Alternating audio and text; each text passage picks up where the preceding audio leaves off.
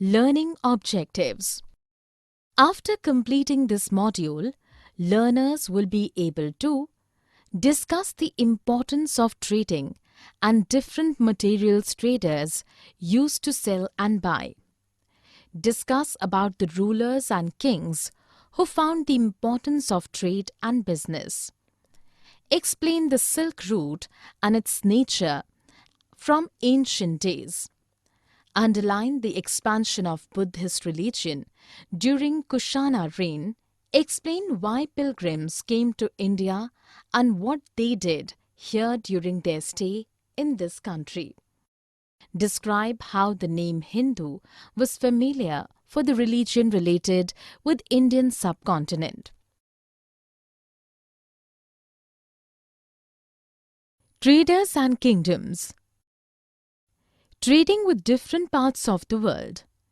Since the time when early Mauryan Empire commenced, we could see the traders with various products like black peppers and different spices, gold, northern black polished ware, and other potteries, sandalwood, pearls, coral, crops, and others. They were traders who sold horses and slaves too in other countries of the world. Coastlines as used for trading and the southern kingdoms. Traders explored several sea routes. Some of these followed the coasts. There were others across the Arabian Sea and the Bay of Bengal, where sailors took advantage of the monsoon winds to cross the seas more quickly. So if they wanted to reach the western coast of the subcontinent from East Africa or Arabia, they chose to sail with the southwest monsoon.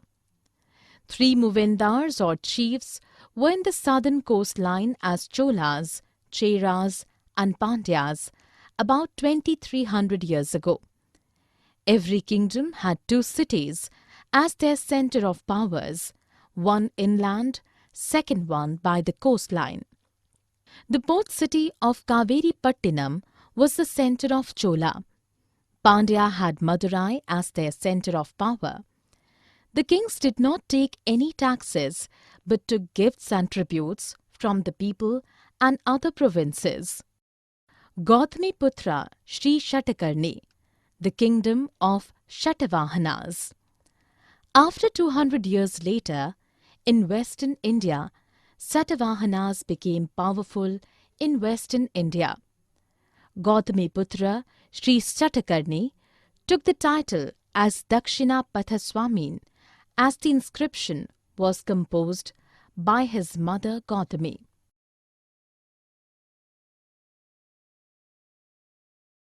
Silk Route and its expansion. Silk Route and ancient China. 7,000 years ago in China, the complicated process of getting silk cloth from raw was invented. The country tried hard to keep this method secret from the outer world for many years. Later on, Chinese rulers used to send gifts of silk to rulers in Iran and West Asia. And from there, the knowledge of silk spread further west. Many people by foot, horseback, or on camels brought the silk to the outer world. Their route to reach the outer world was called Silk Routes. Silk Route and its control. About 2000 years ago, silk became a very expensive status symbol among the riches of Rome. Beside the dangerous geographical characteristics of the route, many robbers were there along the route who demanded payments to allow the traders to pass through. Many kings or local rulers along the long route provided the safety to the traders from the robberies in exchange of taxes, tributes, and gifts. Kushanas in India, controller of the silk routes in the region. Around 2000 years ago, Kushanas ruled Central Asia and Northwest India.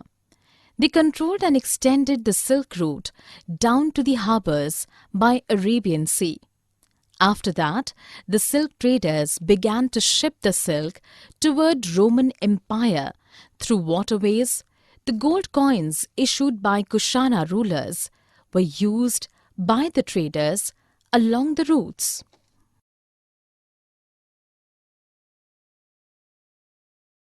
The spread of Buddhism and the pilgrimage from China.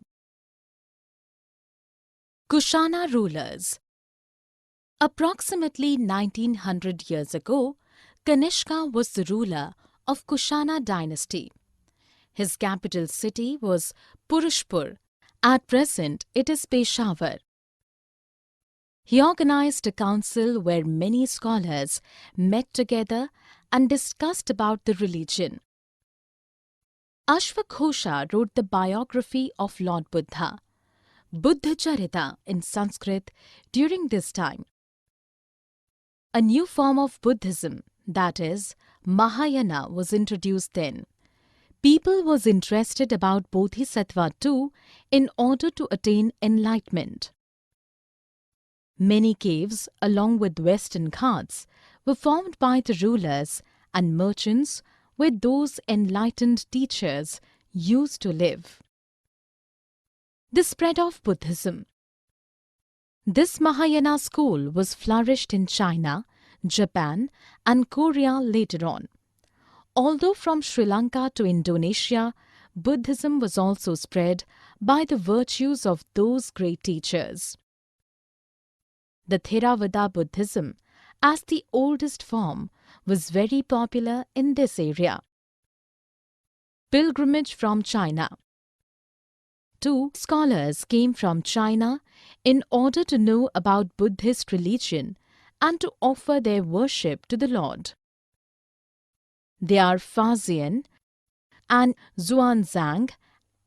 Faxian came about 1600 years ago and Xuanzang came 1400 years ago. Faxian went back to China from Bengal via sea route, but Xuanzang went back through northwest India through land. Many of rare Buddhist religious manuscripts, the statues of Buddha, they took with them while returning home.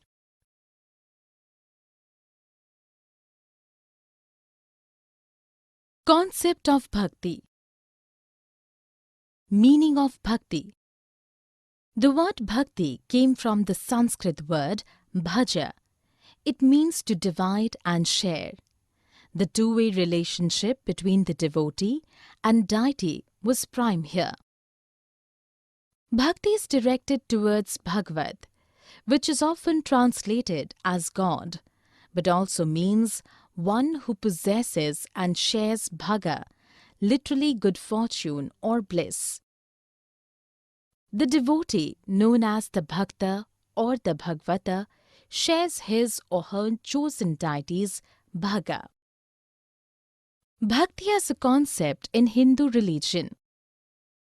Those who followed the system of bhakti emphasized devotion and individual worship of a god or goddess rather than the performance of elaborate sacrifices. The idea of bhakti is present in the Bhagavad Gita, a sacred book of the Hindus.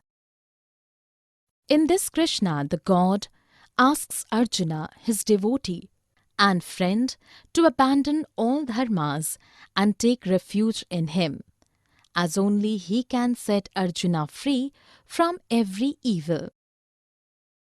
This form of worship gradually spread to different parts of the country. The impressions of the bhakti concept over the societies. It was unique that anybody, whether rich or poor, belonging to the so-called high or low castes, man or woman, could follow the path of bhakti. Thus, it became famous to every people in the society, and many of them believed that the god would be sacrificed if the devotee could worship well from the heart. Summary. Let us summarize what we have learned. Around 2500 years ago, the Indian traders had established their relation with Europe and West Asia. Along the coastline in southern India, different rulers were active and new kingdoms were established. Silk Route was active since 4000 years ago. Many rulers and kings tried to control the Silk Route to collect the taxes from the traders. Mahayana form of Buddhism was originated during Kushana period and it became famous in Far East and in China, Japan and Korea. Faxian, Xuanzang and Yiqiang came from China as Buddhist pilgrims in different time during ancient medieval period of Indian history.